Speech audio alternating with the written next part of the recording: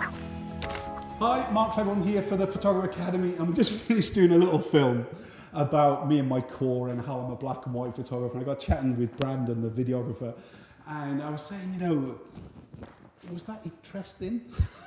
Because talking about yourself, believe it or not, I'm not really into that. I'm sure there's a few people out there who like to do that, but I'm, anyway. But I was saying about, you know, what kind of question would you ask me with it? He said, well, why black and white? And I was going, well, as a kid, you know, black and white photography was just really accessible. And he said, what, wasn't there colour photography then? I'm not that old, all right? But anyway, but in the black and white photography, it was what I could afford to do, you know? And I loved the idea of processing my own kind of black and white photography. So in my parents' bathroom on a Saturday night when my sister had gone clubbing, yeah, and all I had to do was black out the bathroom window to kind of stop the street light from outside, was an easy way for me to use the bath for washing all my prints and everything else with it.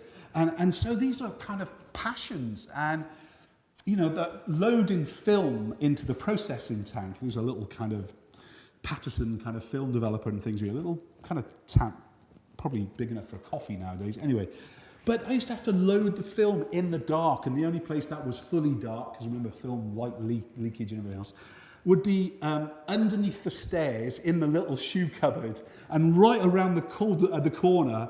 And then the whole time while I was loading the spools, the film onto the spools, I was shouting all the time just in case somebody happened to switch on the light.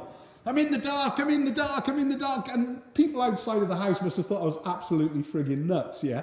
But the whole point was that kind of passion about photography. And then you look at it and you go, in a dark room with other photographers who are passionate about photography is an experience. I think it's gone, which is a real shame. And I hope the universities, to some extent, are still doing a bit of film.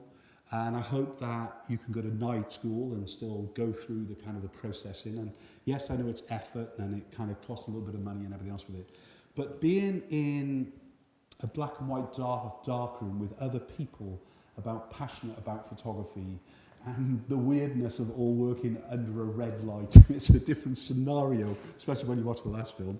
Anyway, but the red light scenario, it's just an atmosphere. And I still remember the smell of developer and the kind of the fixer smell and everything else with it, and kind of mixing your own chemicals. And that's why when we opened our studio, I wanted to be a black and white photographer. I didn't want to do anything else. And it was only really being forced into it because I became a prostitute for the clients we talked about in the last film.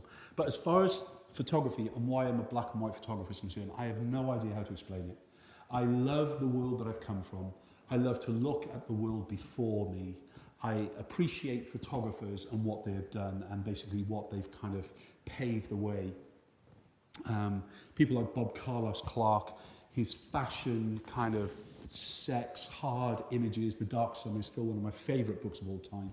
Norman Parkinson for his kind of fashion imagery, classics and everything else with it. You've only got to look at, you know, the Audrey Hepburns, the Marilyn Monroes, and look at their kind of black and white photography. And as a photographer, that's probably who I want to be and what I want to be and what I continue to want to be, whether I'm shooting it for a client or shooting it for myself. But if you really want to talk about photography, don't talk about my photography, talk about real masters of their craft. I'm a technician. I love to take a photograph. I think I take a good snap, but at the end of the day, the creative world is far more talented than Mark Cleghorn is, and basically I truly believe that. And as I said, you know, pick up a camera is the best thing that you can do as a photographer. And that's what I try and inspire you all to do every single day that I make a film for the Academy. I'm shooting live, I'm teaching, I'm on a webinar. All I'm really trying to do, I promise you, is get you to pick a camera up and go out and take photographs, or take small figures in macro photography, or whatever is your boat. Just take photographs. If it's an iPhone, it's okay. I don't mind, you know. But you don't have to share these images with the world. Take it for your reason to show yourself. And then if you really love images, print them big. Show the world a little bit about you. Celebrate you and your photography. Have a portfolio and make sure on the likes of your website you represent yourself.